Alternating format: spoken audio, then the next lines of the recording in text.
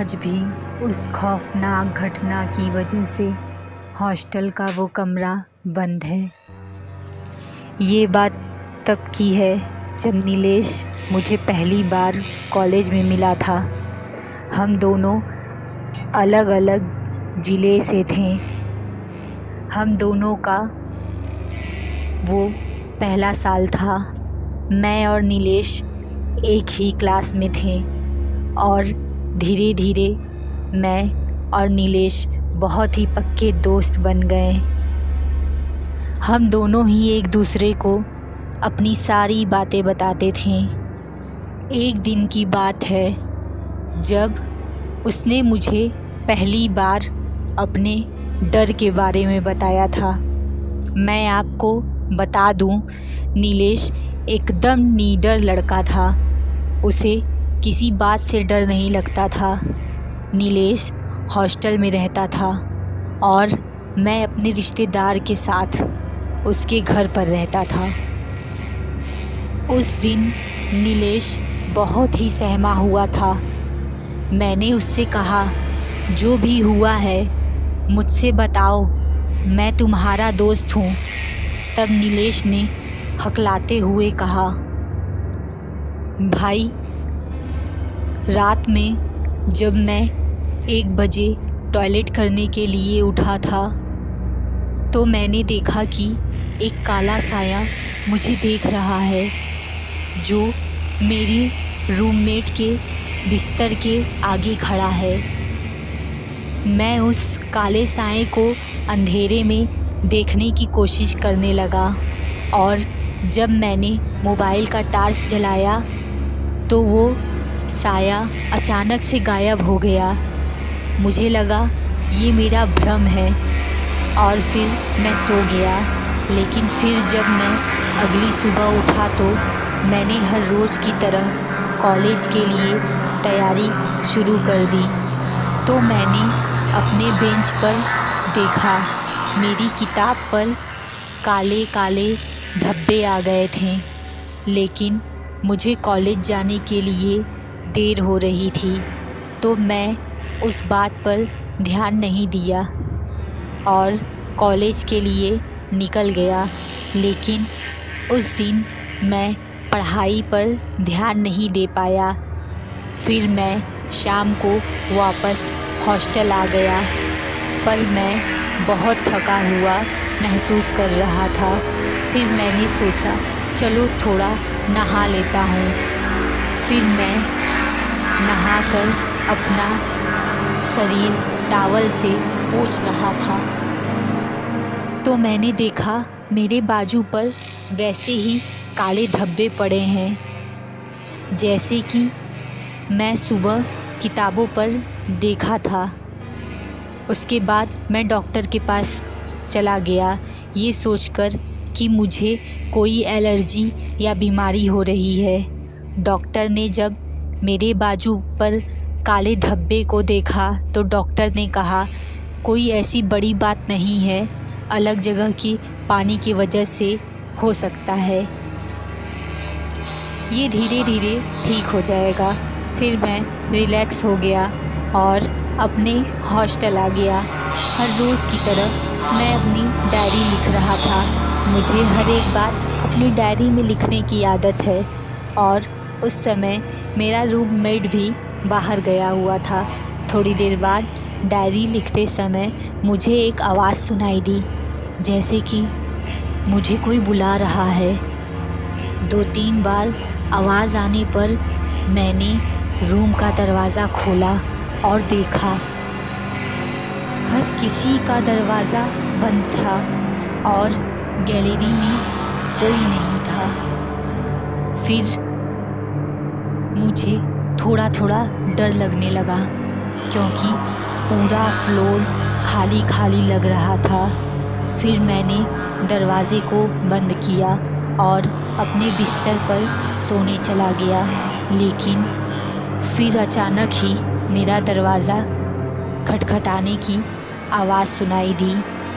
फिर मैंने डरते हुए दरवाज़े को खोला तो मैंने देखा कि मेरा रूममेट बाहर खड़ा था।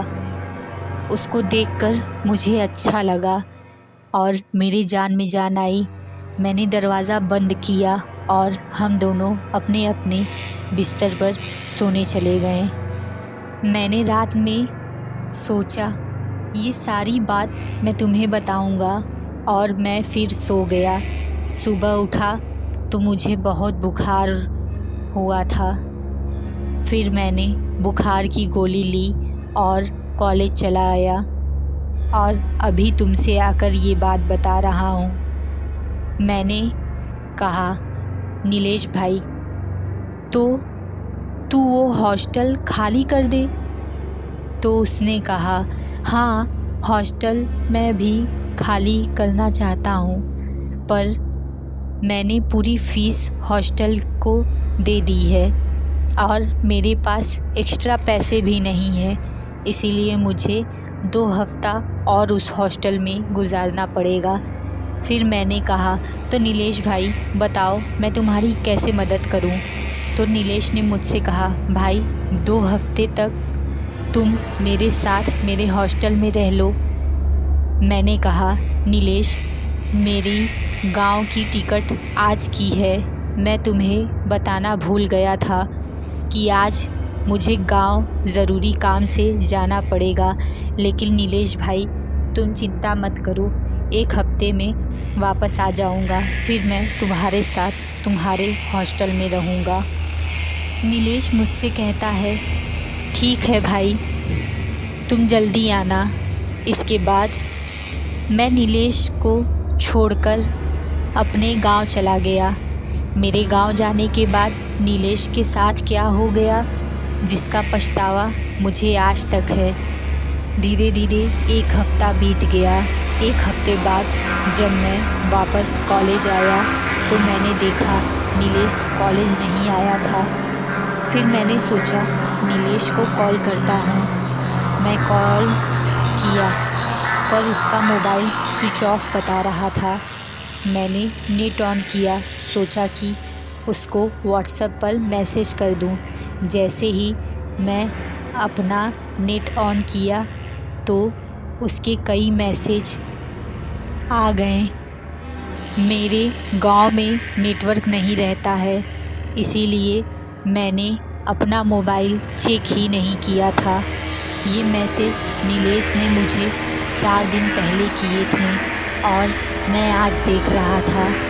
नीलेश ने उसमें लिखा था कि मैं तुम्हारे पास कई बार कॉल किया पर तुम्हारा नंबर नेटवर्क से बाहर बता रहा था, इसीलिए मैं व्हाट्सएप पर मैसेज कर रहा हूँ, क्योंकि मुझे लग रहा है वो मुझे छोड़ेगा नहीं, मैं बच नहीं पाऊँगा। इसीलिए मैंने अपनी सारी कहानी अपने डायरी में लिख दी है और वो मैं अपने हॉस्टल के कमरे के सामने वाले बरगद के पेड़ के नीचे अपनी डायरी फेंक दिया हूँ। अगर मुझे कुछ हो जाता है तो मेरी डायरी से मेरी ज़िंदगी के असलियत लोगों के सामने तुम लाना। तुम मेरे भाई से बढ़कर हो।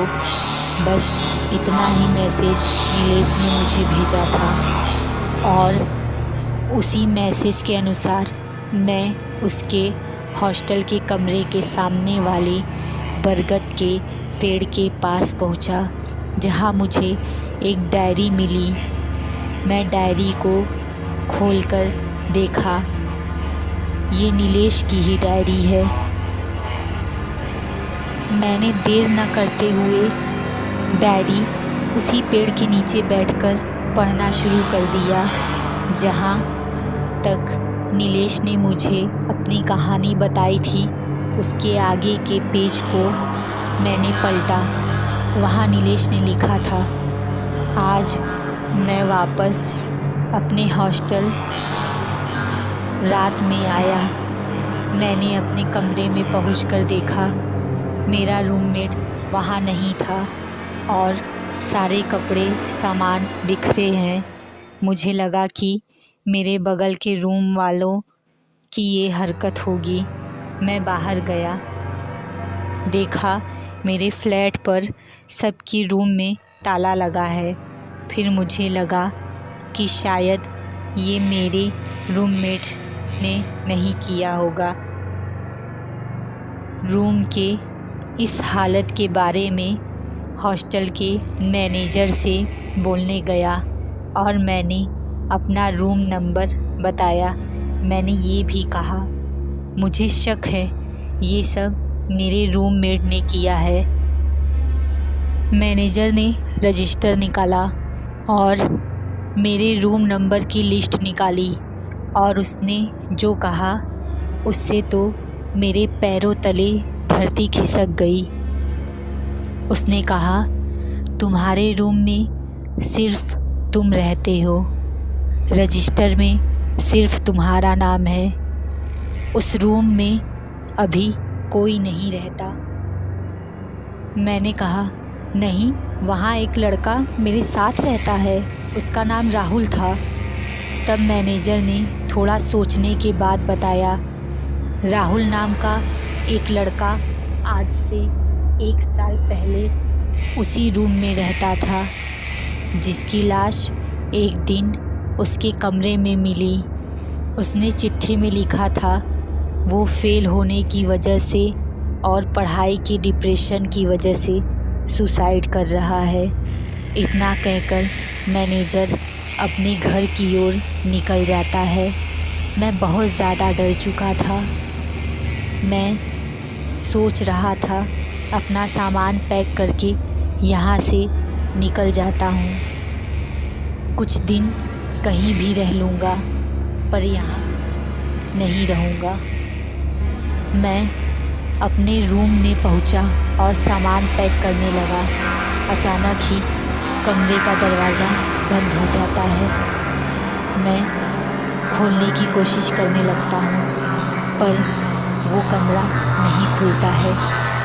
फिर मैं जल्दी से अपना मोबाइल निकालता हूँ और तुम्हें फ़ोन लगाता हूँ। जब फ़ोन नहीं लगा तो मैंने तुम्हें व्हाट्सएप पर मैसेज कर दिया और तभी मेरे सामने राहुल की आत्मा आकर खड़ी हो गई। मेरे कमरे में एकदम अंधेरा हो गया और मैंने अपने आप को बाथरूम में बंद कर लिया। टॉर्च जलाकर डायरी में ये बाकी सारी बातें लिखकर खिड़की से पेड़ के नीचे फेंक दिया। इसके आगे डायरी में कुछ भी नहीं लिखा था। नीलेश के साथ क्या हुआ ये मुझे जानना था, इसीलिए मैं नीलेश की डायरी पढ़ने के बाद तुरंत ही उसके हॉस्टल में गया। उसके मैनेजर से मिलने गया और उसने पूछा कि नीलेश कहाँ है। उसने दुखी होकर बोला, 3 दिन पहले सुबह को उसके कमरे में उसकी लाश मिली और अब वो हमारे बीच नहीं रहा। मैंने पूछा कैसे हुआ ये सब, तो उसने कहा कि किसी को नहीं पता है, सभी को यही लग रहा है ये सुसाइड है। उन्होंने कहा अब उस कमरे में ताला लग गया है और आज भी उस हॉस्टल में वो कमरा बंद है। दोस्तों, अगर आपको ये स्टोरी ज़रा सा भी पसंद आई हो तो प्लीज़ हमारे चैनल को सब्सक्राइब कीजिए और सपोर्ट कीजिए।